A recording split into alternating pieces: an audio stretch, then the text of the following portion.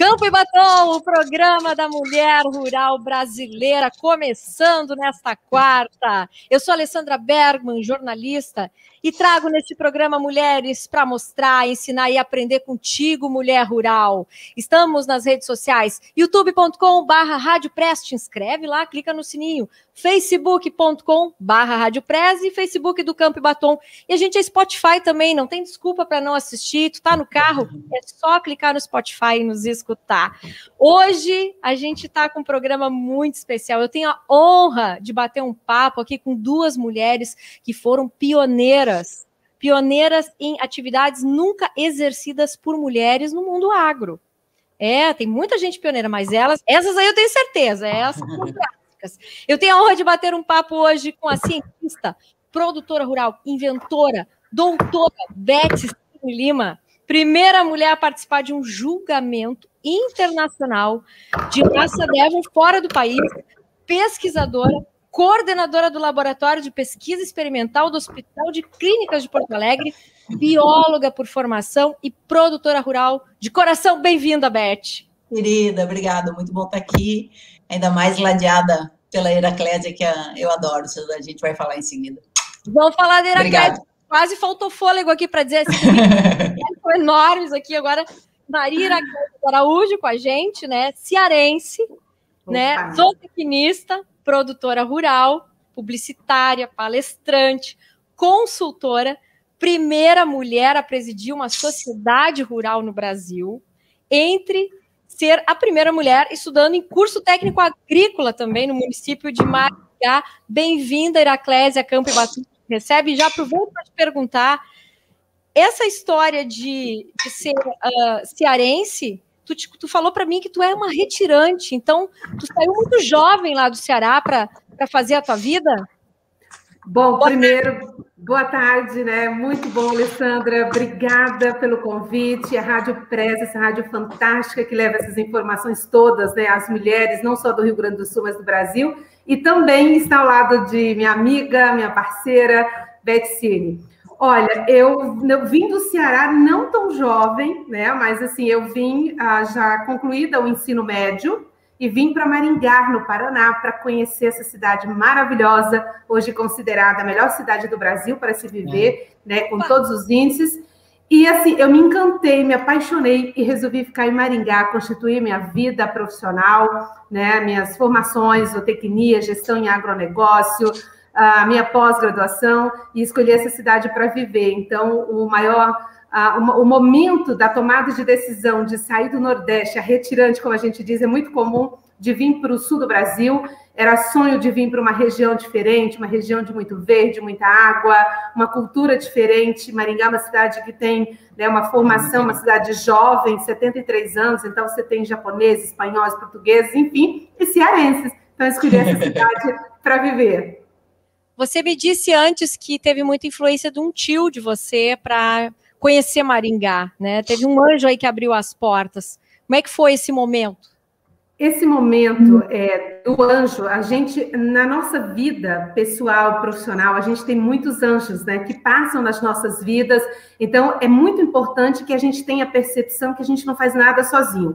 E esse tio, era irmão da minha mãe, foi visitar a família no Ceará. Eu tinha acabado de concluir o ensino médio, técnico em agropecuária, e ele olhou para mim e disse: filha, quais são os seus sonhos? No final de tarde, assim, e eu fiz uma lista, né? Sabe aquela lista que não tem fim? E aí ele disse: olha, seus sonhos não são compatíveis com um casamento. Eu tinha um namoro de 3 anos, né? Pensava em casar. Ele falou: seus sonhos não são compatíveis com com o casamento agora. Te convido aí no Paraná, tome uma decisão só para conhecer, não para morar. Se você decidir, tudo bem. E ao chegar no Paraná, eu conheci o Paraná inteiro, Mato Grosso, Argentina, Uruguai, Paraguai, me apaixonei e resolvi ficar. Então, esse tio, ele foi o anjo que me ajudou a fazer uma tomada de decisão, de deixar minha família e decidir ficar na região sul do Brasil.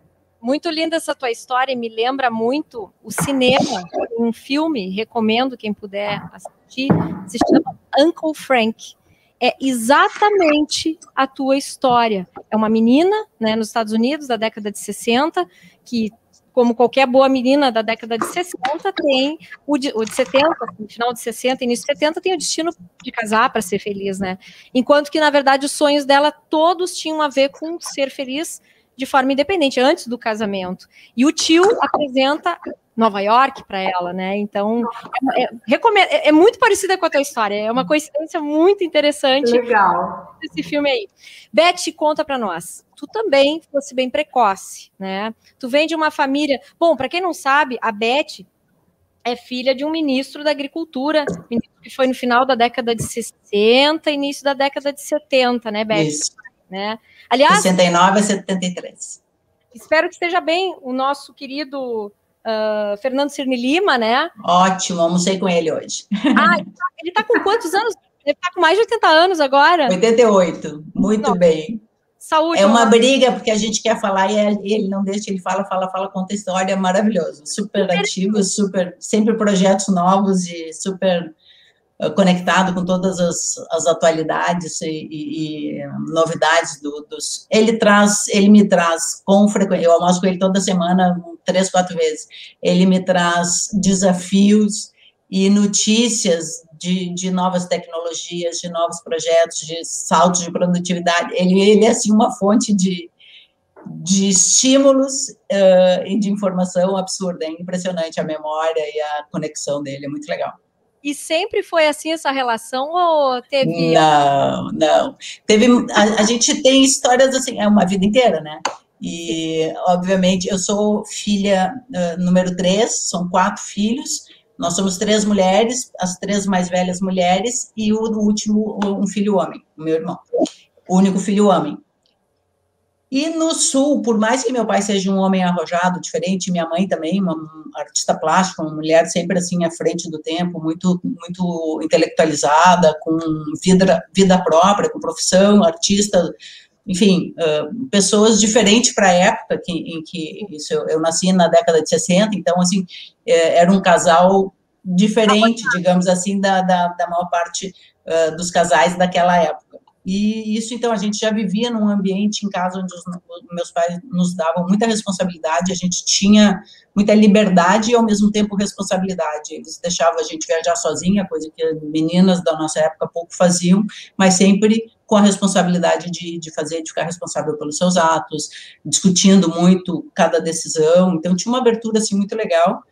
Mas, ao mesmo tempo, tinha um sonho de que o meu irmão fosse o sucessor para seguir o caminho do meu pai, e ele não tinha esse sonho, e eu acho que isso, então, contaminou um pouco a relação de todo mundo, né, porque, assim, as atenções eram para ele, nesse sentido, né, de prepará-lo, quem foi preparado para assumir negócio rural foi ele, e lá pelas tantas ele disse, eu não quero, não é isso que eu gosto, e eu saí, eu gostava muito, mas como eu não tinha espaço, eu resolvi seguir uma carreira fora, então resolvi uma outra coisa que eu gostava, era a vida de cientista, eu tinha paixão por pesquisa, por filmes de infância, era uma coisa que eu gostava muito. Pois eu ia te perguntar, o que te inspirou a ser cientista? Filmes de infância, eu gostava muito de filmes de aventura, de arqueologia, de história, e eu acabei, na época, perto do vestibular, conheci mais proximamente a atividade de uma amiga que estava fazendo genética, e trabalhando em pesquisas de genética, e resolvi que eu queria ser pesquisadora, conheci o laboratório, resolvi seguir esse caminho, e então, por conta desse momento de que o espaço da sucessão dos negócios da família eram para o meu irmão, eu resolvi seguir meu caminho por essa alternativa e seguir, saí de Porto Alegre, fiz faculdade, fiz mestrado, doutorado fora, e no dia que eu defendi o doutorado, o meu pai 2 dias depois, pediu para o meu irmão ir na minha casa, eu morava no Rio de Janeiro, para ir na minha casa falar comigo, e para dizer que precisava de mim, se eu podia vir para Porto Alegre para ajudá-los no negócio, na administração dos negócios rurais da família. E aí, então, eu vim e a gente começou a trabalhar junto, e aí mudou um pouco o rumo dessa história, mas até então tinha uma distância, assim, no relacionamento comigo, não comigo, mas, assim, com as filhas mulheres, digamos assim, né, e aí isso mudou a partir desse momento, e foi muito diferente. A gente passou a ser muito próximo, e hoje a gente tem uma relação, a pandemia nos ajudou muito, a gente ficou mais próximo ainda. Está muito legal a convivência familiar, assim. Eu tenho 2 filhos próximos, eu só tenho 2 filhos, eles ficaram mais próximos, e um neto. Então, eu tenho o neto, meus filhos e meu pai próximo, em casa aqui, direto, graças à pandemia. Isso ficou muito legal, foi muito bom, é um lado bom dessa encrenca toda. Que bárbaro, então tu tem um pé no laboratório, num lugar protegido, com máscara, luz artificial, e tu tem uma vida toda no campo, no verde, no vento. Não é antagônico isso, Beth? Completamente, maravilhoso. Eu adoro justamente poder mudar assim de ambiente, é muito legal. Eu adoro as duas coisas, eu gosto muito das duas carreiras. E agora, há pouco tempo, quando eu estou próxima da aposentadoria na universidade, eu sou professora na universidade, estou perto de me aposentar, e resolvi há uns anos atrás que eu queria fazer um curso de capacitação em gestão, e aí escolhi um curso de gestão empresarial na Fundação Getúlio Vargas, no Rio, e defendi o mestrado um pouquinho antes da pandemia, em dezembro de 2019, e foi a realização de um sonho, e ao mesmo tempo, assim, eu fiquei muito mais segura para atuar na gestão, que eu já atuo há mais de 10 anos na gestão do pai, fez antecipação de herança, eu recebi uma fazenda e cuido dessa fazenda há mais de 10 anos, e agora muito mais segura para cuidar não só da fazenda, mas para pensar em negócio e novos horizontes. E o que tu cria na tua fazenda? Eu crio o Devon, que é o nosso... Olha ali, no colete da Heraclésia tem um Dzinho, olha lá, é a nossa garota propaganda hoje, olha lá que maravilha. Olha, Simone Bianchi, tá lá em Devon, dando oi aqui, acabou de entrar minha chefa, com todo respeito, ela não gosta que eu chame ela assim, chefa. Simone Bianchini, querida, que lindas, que alegria poder escutá-las, mulheres e suas histórias maravilhosas. Eu vou te contar depois o que elas falaram de ti, Simone. Simone, jornalista também, mulheres e suas histórias maravilhosas, obrigada. A Maria Loá Rigolin. Parabéns. O Ademir Moraes também mandando um beijo para Beth Cirne Lima. Um abraço também para a presidente Maria Heraclésia. Quem mais? A Eliane Quesada Monteiro Meller. Boa tarde, parabéns, presidente. A Convention Maringá também dando boa tarde aqui, né? A gente, entre tantas atribuições e personagens que essa mulher, a Maria Heraclésia, vamos falar, não dá para dar o currículo dela inteiro aqui de tanta coisa que vamos conversar sobre isso. E a Mariana Cherubini, boa tarde, mulheres maravilhosas. Tem a Mariana daqui a pouco para vocês. E o Ademir aqui, boa tarde, o Ademir está aí para vocês. Tá, Maria Heraclésia, tu saíste super cedo de casa, te formaste. Aí, como é que tu foi parar na Sociedade Rural Brasileira de Maringá, a qual tu foi pioneira? A primeira mulher a assumir uma entidade, olha só, uma entidade que o último presidente antes de ti tinha 93 anos, era uma cultura, imagina, uma cultura extremamente rígida. Isso aí, década de 90? Que década foi essa? Não, assim, não tão distante. Bom, primeiro, assim, a Eliane Monteiro, que mandou a mensagem, a minha presidente da Sociedade Rural Mulher, aqui na minha diretoria executiva, a Eloá também associada, membro da Rural Mulher. Esse pessoal vai onde eu e a Beth está. Então, a Demi, né? Alessandra, eu atualmente sou presidente do Convention Bureau de Maringá e também a primeira mulher a presidir o Convention. Eu estou só abrindo espaço para depois as futuras gerações chegarem. Mas é o seguinte... Ao chegar em Maringá, eu tenho hoje 31 anos que eu moro aqui em Maringá, né? Meu tio me trouxe, me levou à fazenda do presidente na época, e ele disse assim, você vai ficar em Maringá? Eu falei, olha, eu estou conhecendo. Ele falou, por que você não faz um estágio durante a Expoingá, a Exposição Agropecuária? E eu vim fazer um estágio no Departamento Pecuário da Sociedade Rural, do qual o Jussival... acho que a Beth conheceu, né? O Jussival, que é meu diretor, é amigo, eu vim para o departamento que ele tocava, também zootecnista, e aí eu me achei, e a Rural me contratou. Então, assim, eu trabalhei 13 anos como colaboradora, e num determinado momento foi criado um grupo da Sociedade Rural Jovem, exatamente pensando nesse processo de transição, mas nunca passou na minha cabeça que um dia, né, assim, teria possibilidade. Por quê? Porque nós tínhamos, quando eu concorri à presidência da Sociedade Rural, nós tínhamos 2% do quadro de associados que eram mulheres, né? Então, assim, para mim era muito remoto a possibilidade de alguém votar. Só que quando eu fui colaboradora da Rural, eu sempre lidei muito com os associados. Então, eu conhecia as demandas do sócio. Quando a gente foi para a eleição, né, eu conhecia as demandas. Então, eu fiz um programa de governo, digamos assim. E aí, eu fazia parte daquela gestão do seu Joaquim Romero Fontes, que foi fundador da entidade. Lá na frente, ele voltou a ser presidente, e ele ia sair. Então, houve uma disputa eleitoral, eu me registrei, tem toda uma historinha isso, né? Mas eu queria saber, você foi aceita? Você foi sugerida? Como é que foi esse entrada político lá? Olha, você foi apoiada pelos homens, pelas mulheres, porque nem sempre as mulheres apoiam as mulheres, né? Não. Agora é mais moderno, mas antes não tinha muito isso. Não, olha, eu fui eleita presidente da Sociedade Rural em 2008, tá? E, na realidade, eu já não mais trabalhava na Rural, já tinha saído, trabalhava na universidade, né, no Centro de Biotecnologia do Unicesumar, e a gente tinha feito a formação do núcleo do Nelore. Eu sempre, eu participava da escola de equitação, mexia com cavalo, né, fazia provas, então tem todo um contexto. Na hora de fazer a composição de diretores, né, que poderiam concorrer à presidência, alguém sugeriu o meu nome. O reitor da Unicesumar disse, olha, coloca seu nome. E aí teve a feira, e os 5 nomes que foram colocados, o meu foi de melhor aceitação. E aí, assim, então, nós vamos compor uma chapa para concorrer com você de presidente. E eu, assim, desculpa, né, mas quem vai votar? O detalhe...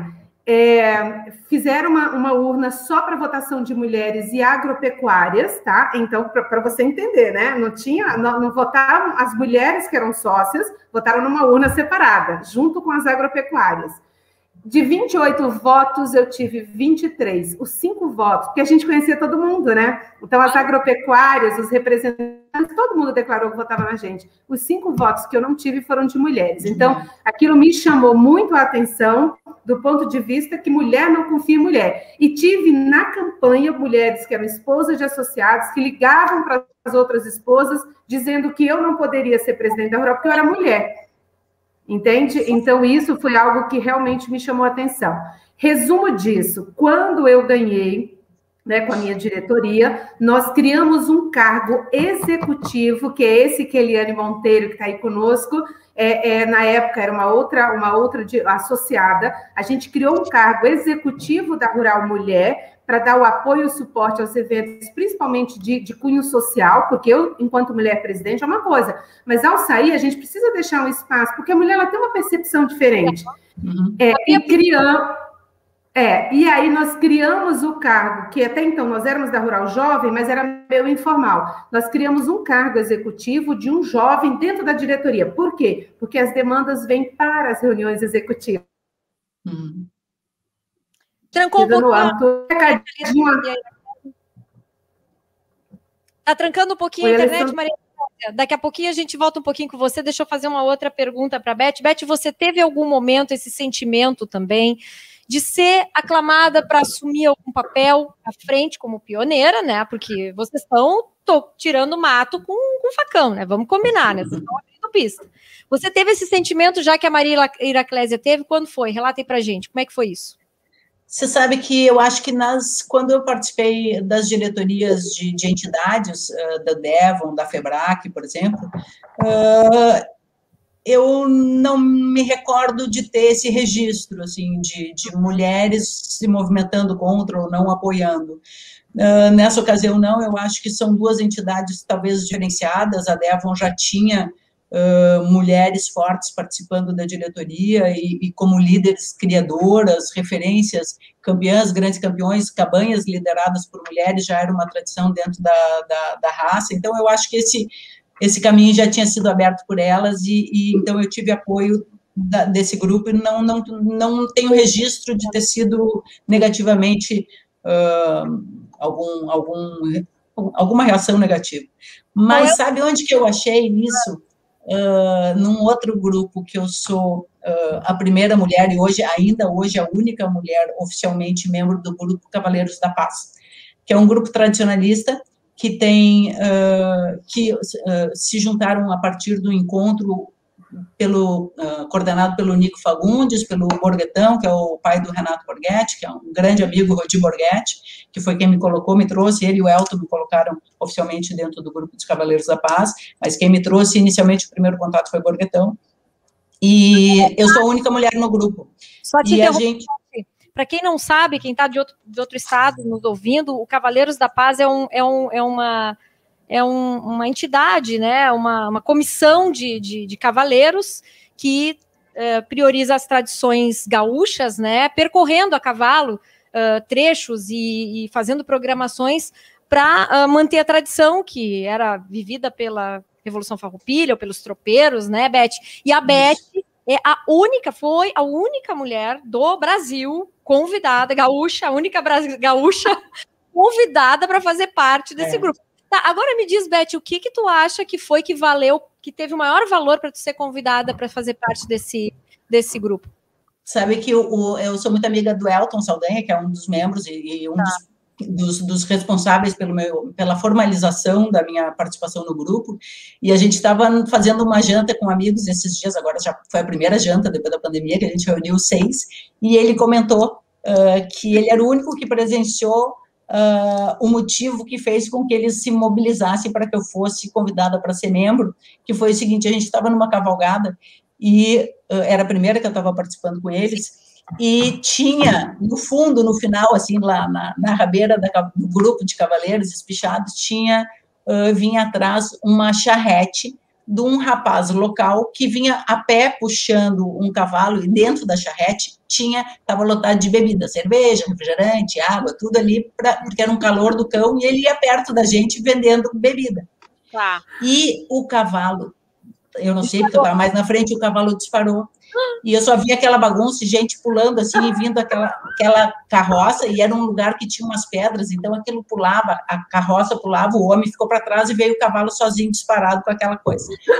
E na hora que ele passou do meu lado, eu a cavalo, toquei meu cavalo e fiz aquela coisa tipo amadrinhar cavalo aporreado, eu encostei no lado e agarrei o cavalo aqui na charrete pelo buçal e segurei, consegui controlar e segurei, não quebrou, não desmanchou a charrete, nós não perdemos a cerveja. A única mulher que estava no grupo, que deveria ter quantas pessoas aí? Mais de 100 homens, né? Nessas cavalgadas maiores tem bastante, não tem bastante, mas tem presenças femininas, sim. Mas foi a única pessoa, quer dizer, independente de ser mulher ou homem, a única que resolveu segurar o cavalo. Ou seja, aí pronto, aí carimbei o passaporte. Não só salvei o cavalo com uma cerveja da turma. Tu salvou o cavalo, salvou a cerveja, mostrou que é cavaleira, não era só fake, só para dizer que era cota dentro da... eu acho que o passaporte foi saber andar cavalo e ter coragem, ser louca, né? Porque enfiei a mão no cavalo sem nem saber quem era, qual era o tipo de comportamento dele, me atraquei e deu certo. Foi certo agora, ser louca. Ser louca, ser louca, tá? Vocês assumem. Cargo dos mais diversos possíveis. Agora, a Maria Heraclésia, não sei, é mais fácil não contar o que ela não faz parte de qual comitê ou de qual comissão lá em Maringá, ou no Ceará. Tem medalha de honra ao mérito de tudo que é coisa que eu imagino. Assim, currículo enorme, né?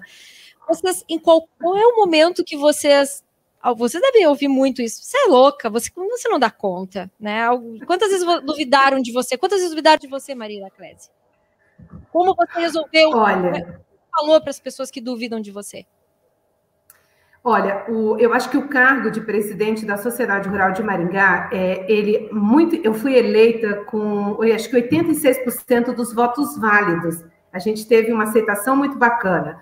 Mas eu nunca vou esquecer, uma jornalista da RPC perguntou para mim, numa reportagem na sequência, se eu ia pintar o parque de exposições de cor-de-rosa. Eu falei para ela, olha, eu vou pintar de todas as cores que forem necessárias para agregar. E aquilo me chamou a atenção. E aí a gente foi para a gestão, né? Claro que a gente teve ali uma disputa de chapa, mas eu tinha um compromisso de agregar e trazer todo mundo para o mesmo cesto.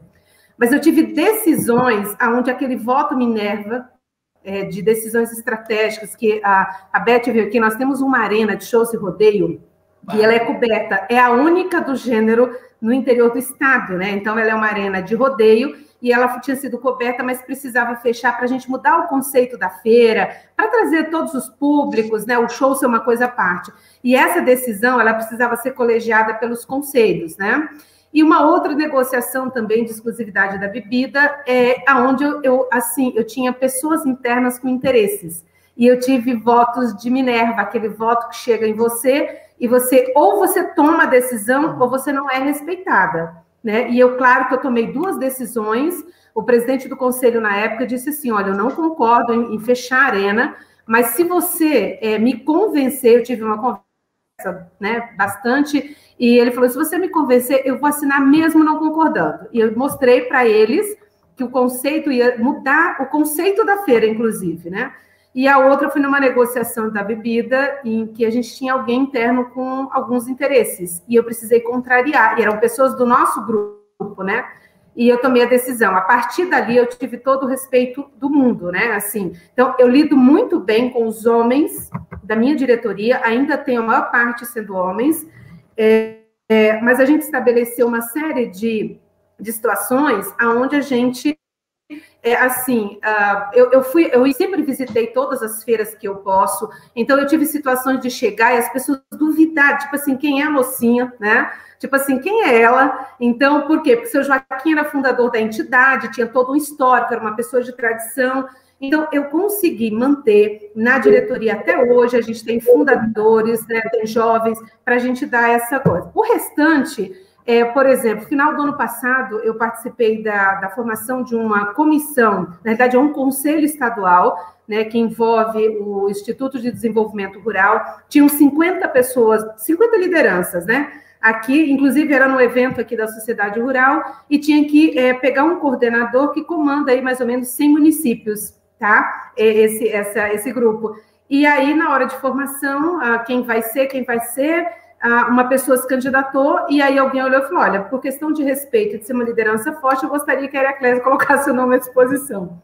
E aí eu não tinha me preparado, assim, para argumentar, fomos lá e ganhei, né? Quer dizer, é mais uma responsabilidade, mas enfim, o que significa isso? Quando a gente olha a foto, eu tenho muito orgulho, por quê? Porque eu quero mostrar para as outras mulheres, em qualquer lugar desse país que esteja nos escutando nesse momento, tem espaço para todas nós, não por competitividade, é por competência, né? Então, assim, eu gosto muito de trabalhar com homens, acho que eles são extremamente parceiros, a gente tem habilidades diferentes, mas a gente juntos pode muito. Então, eu sou muito adepta de que as parcerias, elas se somam. Então, assim, hoje eu participo de aproximadamente 12 entidades, né? Associação comercial, conselho, por aí. E aí você pode me perguntar, mas por que você participa de tudo isso nesses cargos voluntários? Eu tenho um filho de 17 anos, eu quero uma futura geração mais participativa, mais crítica, e a minha contribuição dada agora a essas instituições, porque de alguma maneira a gente ajuda, né? É o meu tempo voluntário, mas ele tem um objetivo de contribuir, de melhorar. Então, eu acredito muito que a minha contribuição hoje, às vezes sou criticada, a família cobra um pouco, não me arrependo. Eu acho que o meu filho e as futuras gerações, nas áreas que a gente atua, poderão ser melhores, dado o espaço que eu, a Beth, tantas outras mulheres desse Brasil, criam espaços, né, pelo respeito, pela educação, pela intelectualidade, que a minha amiga Beth, né, eu nunca iria para a pesquisa, Beth, porque eu não tenho essa pegada, mas eu acho que a gente abre esses espaços. Vocês são de uma geração que quando uma mulher subia no cargo, ou ganhava uma atribuição, ou enfim, melhorar, ou tinha o que diziam assim, dentro de uma empresa, uma regalia, ou era beneficiada com alguma opinião, de que ela estava tendo algum comportamento suspeito, vamos dizer assim, tá? Eu acho que até eu fui dessa geração, eu trabalhei em empresa assim, dependendo do... que não reconhecia a tua competência, simplesmente diziam que, para ter isso aí é porque ela fez alguma coisa lá com o chefe. Vocês escutavam muito isso, e Beth, tu que lida também com muitos jovens, né? Vive também meu Deus, agora fugiu a palavra, na faculdade tu tem orientadora? Tu orienta muitos jovens, né? Tu acha que a geração nova de homens está pensando um pouco mais diferente, continua igual, em que nível a gente está nessa diferença aí? Esse é um assunto muito legal, eu gosto muito, porque há uns anos atrás, quando uma amiga, que é uma mulher que eu admiro pra caramba, que é super pioneira no setor dela, uma gaúcha chamada Temis Reverbel, é uma médica, filha de fazendeiros de São Gabriel, super tradicionalista, super tradicionais, como princípios e relações familiares e tal, e a Temis jovem, a Temis hoje tem 85 anos, a Temis jovem foi ser médica, quando isso era muito raro, e não só era médica, como ela fez especialização na França em genética, na Inglaterra, e logo em seguida, a jovem passou a ser referência internacional no Brasil na área de gastroenterologia. E a Temis, uma ocasião, me convidou, eu conheci a Temis porque ela era amiga dos meus pais, é amiga dos meus pais, e depois a gente criou uma relação, nossa, muito bacana. E a Temis me convidou, falou, Betinha, ela me chama Betinha, me ligou, Betinha, um frio do caramba, o inverno, agora de noite tem uma festa, eu quero que tu vá comigo. Eu falei, Temis, é um frio do caramba, eu não tô a fim de sair de casa. Não, é um encontro de mulheres. Eu falei, pior ainda, não quero. E aí ela falou, não, é super legal, um evento de mulheres, eu quero que tu vá conhecer. E eu fui cheia de preconceito, porque eu tinha maior preguiça, assim, daquele discurso de tirar sutiã em praça pública, aquela confusão e tal. E aí eu falei, eu acho uma chatice, aquela coisa. Fui. Ela me insistiu tanto que eu fui. E foi maravilhoso. Foi um encontro de mulheres gaúchas, de lideranças gaúchas, de vários setores, muito, muito legal. E aí eu comecei, logo em seguida, a Simone Leite, que era presidente da Federação, me convidou para participar de um evento de mulheres no mês de maio, de março, para celebrar o Dia da Mulher. E aí eu falei, de novo eu vou ter que encarar esse assunto. E aí comecei a estudar, e ler, porque eu falei, eu preciso falar alguma coisa que seja legal desse troço, porque eu só tenho coisa que eu não gosto. E aí comecei a estudar e vi que tem toda uma mudança de conceito de feminismo, né, que essa coisa de tirar sutiã já ficou para trás, e que hoje está muito mais focada nesse relato da Heraclésia, de competência, de conquista de espaço por competência, e buscar condições de oportunidades, pelo menos, semelhantes, se não dá para ser igual, pelo menos semelhante, né, para mulheres na vida. E tu acha que a juventude de hoje está vendo com outros olhos isso do que a juventude de 20, 30 anos atrás? Eu acho que está começando a mudar. Eu acho que, com certeza, está começando a mudar. Eu acho que, assim, essa história de empatia que reúne a Heraclésia e outras mulheres da nossa geração, por mais que eu seja mais velha que a Heraclésia, e outras mulheres que participamos de eventos do Congresso Nacional de Mulheres de Maringá, onde a Heraclésia reuniu pela primeira vez esse grupo de amigas que se tornaram amigas.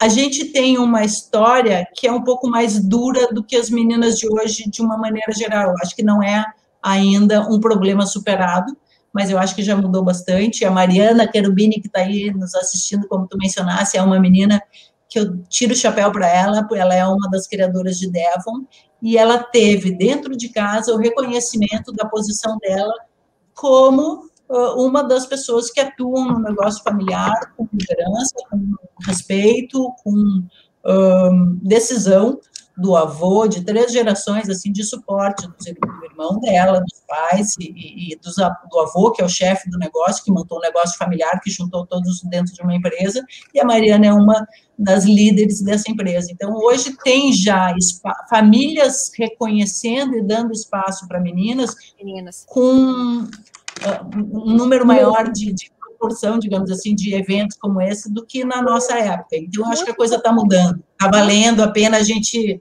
levantar a bandeira, dividir a nossa história. Porque em casa, se o reconhecimento vem de casa, se o pai dá valor diferente para a filha em casa, os de fora vão ver diferente também. Tu falaste muito. Aliás, vamos aproveitar já o gancho e falar a pergunta da Mariana Cherubini aqui, que ela mandou para vocês. Meninas, como é que vocês sentem a responsabilidade de abrir o caminho para as outras mulheres que estão iniciando essa... Enfim, abrir caminho em outros campos também, tá? E ela queria pelo menos uns 3 conselhos. Só 3 ela pediu. 3 conselhos, tá? 3 de cada uma. Não, tô brincando. 3 pode ser aí. Vocês ajeitem aí como é que vocês querem fazer. De habilidades, né, para conquistar devagarinho, com habilidade, aquilo que vocês também já conquistaram. Dicas. Queremos dicas. Começa, Beth. Eu acho assim, eu comecei nesse caminho, eu acho que eu não pensava, acho que foi meio como essa história de segurar o cavalo, assim, sabe? Uma oportunidade, o que eu quero da minha vida, o que eu quero para mim, e correr atrás. E meter a cara sem muito pensar em qual é o caminho, qual é o certo, qual é o errado, onde eu vou chegar, mas de tentar chegar num lugar que eu queria. E o lugar que eu queria, desde adolescente, eu tinha definido na minha cabeça que o lugar que eu queria, o que eu ia ser na vida era alguma coisa que eu ia trabalhar em alguma coisa que eu gostasse, que me desse dinheiro para poder ser quem eu queria, dizer o que eu pensasse e fazer o que eu quisesse, obviamente com respeito às pessoas, né, no entorno, mas poder ter segurança, identidade, voz própria, né, personalidade. Isso foi uma decisão de adolescente.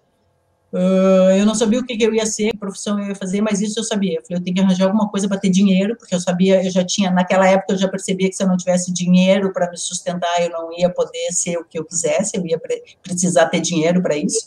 Dinheiro, assim, não é volume de dinheiro, mas é sustento, né? Poder ser independente ou autossustentável. E isso naquela época foi possível, era bastante necessário, eu acho que hoje talvez não seja tão importante, porque eu acho que a situação já não é mais tão grave, eu acho que assim já é mais amena, mas eu acho que basicamente você ter uma segurança na sua formação, na sua competência, nos seus princípios, eu acho que isso é fundamental, assim, quando você é questionado, e a gente é questionado até hoje, a gente é posta à prova até hoje, as pessoas duvidam da gente, questionam a posição que a gente está, e essa coisa que você mencionou, que é bastante grave, que acontece muito ainda, dessa questão de confundirem a sua conquista com benesses conquistadas por relações afetivas, sexuais, seja lá que motivo, que nome queiram dar para essa coisa. Isso ainda existe, isso ainda e talvez eu acho que mais forte por mulheres do que por homens, né, que acham que a gente só conseguiu esse diferencial porque a gente deu coisas que não deveria e não, por não querer reconhecer o esforço de construção de competência própria de segurança, então, para depreciar, ou sei lá, acho que é meio por aí. Mas, então, eu acho que você ter essa segurança de ter competência naquilo que você se dedica, para o seu propósito, acho que é fundamental, porque isso, pelo menos para mim, funcionou assim, isso sempre me deu uma segurança de saber onde eu estava, de dominar o assunto, de saber o que eu queria, e eu acho que competência, em termos de capacitação, que é viva, contínua, né, e respeito pelas pessoas, eu acho que é fundamental, porque à medida que você respeita as pessoas, eles respeitam você também, por mais que cheguem em você de uma forma errada ou depreciativa, logo em seguida você consegue mudar isso de uma maneira geral, quando você mostra de fato que você tem motivos para estar ali, que você tem justificativas para conquistar o espaço, né, quando você mostra a competência, eu acho que isso é muito... dá mais um minuto, Heraclésia, deixa eu fazer uma coisa antes de falar um comentário antes de passar para você. Isso eu senti muito, no momento que eu jamais pensei que eu fosse sentir, foi quando eu fui ser jurada na Inglaterra, que foi uma coisa, assim, muito especial na minha vida, porque é uma coisa, assim, muito diferente. Nenhuma mulher das Américas foi convidada para ir julgar Devon ou qualquer outra raça na exposição mais importante da Inglaterra. A Inglaterra funciona um esquema de ranking, eles têm exposições regionais, e aí os campeões regionais são selecionados para competir na final. E eu fui convidada para julgar a final, essa de Devon. E nenhuma outra mulher das Américas. Deixa eu te fazer uma pergunta, tem a ver com isso. E como é que tu te sentiu julgada por fazer isso? É isso que eu ia te contar, é isso que eu queria compartilhar com vocês. Primeiro, assim, quando eu recebi o convite, foi maravilhoso, assim, fiquei super honrada, porque há 49 anos antes do ano que eu julguei, o meu pai tinha julgado pela primeira vez na Inglaterra, sendo o primeiro homem das Américas a ser convidado a julgar nessa exposição. E eu, quase 50 anos, 49, depois fui a primeira mulher. E aí, quando isso aconteceu, eu falei, pai, tu tem que ir comigo, a gente tem que estar juntos, tem que estar lá na pista no dia que eu for julgar. E ele foi maravilhoso. Mas... legal. De arrepiar. Mas você sabe que esse evento reuniu uma série de amigos criadores do mundo inteiro na Inglaterra, e são amigos que a gente se encontra em eventos anuais, não anuais, internacionais do Devon, e vários deles me desacreditaram antes do julgamento, assim, tipo 2 dias antes. Amigos meus, sabe? Assim, Beth, mas se chegar uma coisa, um bicho assim, assim, assado, com perfis completamente diferentes, o que você vai fazer? Duvidando da minha competência. Assim. E aí foi muito triste, assim, perceber a falta, o descrédito, né, a falta de apoio dos amigos do coração, assim, foi uma coisa triste. Tu marcou na paleta os amigos, tipo assim, continuaram tendo... Não marquei, mas assim, eu amo muito eles, então eu perdoei, entendeu? Eu marcaria na paleta. Mas a resposta veio das pistas, entendeu? Na hora que eu entrei em pista, e foi um julgamento muito difícil, porque tem um volume de animais muito grande, muito bons, e pouco tempo para você fazer o julgamento. O conjunto de animais que eu julguei aqui na Expo Inter levaria um dia inteiro, e eu julguei em 3 horas, ou 2 horas e meia. Uau. Então, foi uma coisa, assim, muito desafiadora, muito bicho dentro da pista, uma pista pequena, com muito bicho amontoado, difícil de julgar, e eu não errei o julgamento. Ninguém chegou para mim, para dizer, olha, esse bicho estava melhor que esse, tinha que estar na frente. Nunca, nem. Nada como estar com a competência no lugar certo. Então, acho que isso é que entendeu? A resposta, assim, se a gente apanha pelo descrédito, assim, daqueles desavisados, eles apanham logo em seguida quando a gente mostra competência, respeito, seriedade. Eu nunca respondi atravessado para nenhum deles, nem nunca fiz qualquer desaforo, nem nunca disse que eles me machucaram, mas eles certamente sabem. E a resposta foi maravilhosa, porque veio silenciosa. Eu acho que as respostas silenciosas são maravilhosas. Assim, o resultado da pista mostrou. A princesa Anne veio falar comigo na pista, foi a única pista que ela entrou, ela era representante real. A filha da Elizabeth? Uau! Uau! Foi a única pista, tem várias, foi a única pista e jurada que ela entrou para conversar. Então, foi uma coisa assim, sabe, muito legal. Muito legal. Maria, mas essas coisas vão e voltam, assim, de negativo e positivo, né?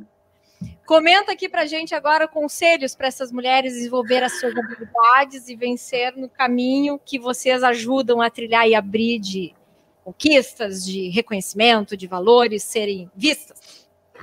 Olha, eu tenho a figura da minha mãe como grande diferencial. Eu acho que a maioria de todos vocês que nos escuta nesse momento, que vai assistir esse programa depois, a gente tem aqueles anjos, né? E a minha mãe, uma mulher muito à frente da geração, uma senhora, né? Lá no interior do Ceará, no sertão, ela reunia, nós somos em 4 mulheres e 2 homens, os homens receberam terra, gado, poderiam continuar, as filhas nunca foram consideradas para isso. O que minha mãe fazia? Reunia a gente e dizia, filhas, o único legado que eu posso deixar para vocês é o conhecimento, vocês precisam estudar. E ela tirou a gente do meio rural e mandou para a cidade. Naquela época, filhas para a cidade era o mesmo que pegar as filhas e mandarem se prostituir.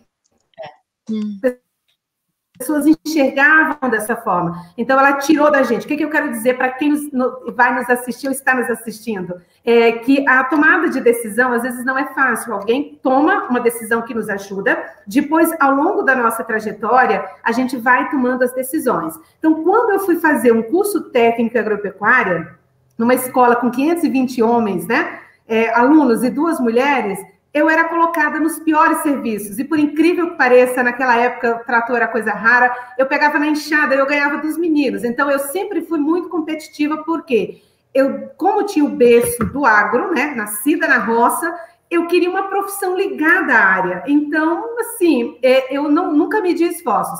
Quando vim para o sul do Brasil, outra coisa que é importante, a gente tem gente nos assistindo, Brasil todo,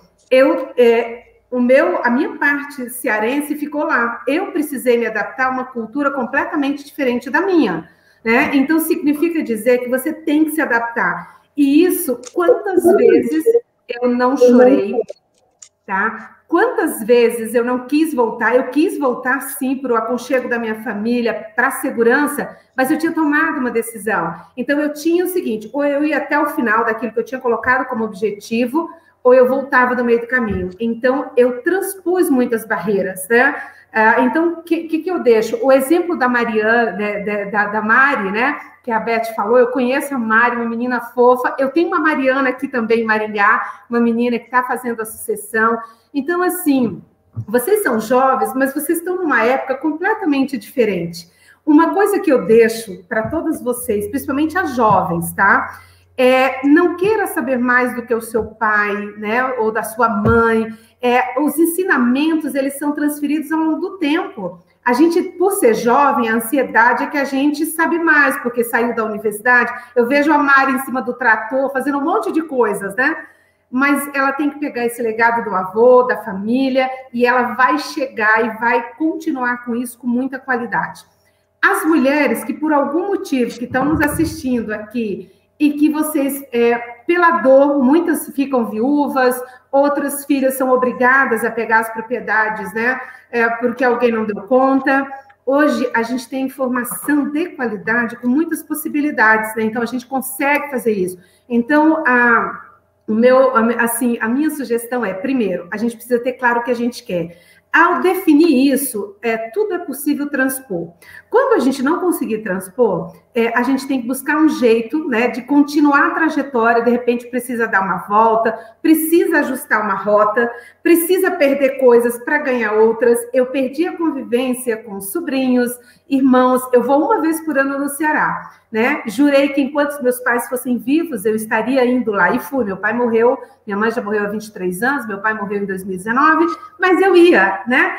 Para manter a chama familiar, que é importante, a gente tem a terrinha lá no Ceará, quer dizer, a associação que a gente criou quando eu era jovem continua lá. Então, assim, a gente deixa o nosso legado, que é diferente dos nossos pais, né? Agora, a gente observa muito jovens dizendo, não, eu sei tudo. Não, a gente não sabe. A vida, o conhecimento, ele é continuado. Aquilo que a minha mãe dizia, que o conhecimento era o que ia fazer a diferença na minha vida, eu fiz 2 graduações e uma pós e estudo até hoje.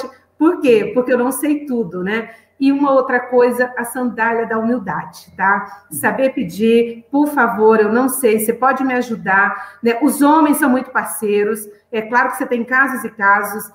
Olha, não sei nada, caiu uma propriedade na minha mão, o que eu faço? A gente tem tantas instituições, Embrapa, assistência técnica da extensão rural, a gente tem universidades, então é tudo muito mais fácil do que quando a gente começou, mas também tem outras barreiras. Respeito, se respeite, tá? Depois você pode complementar.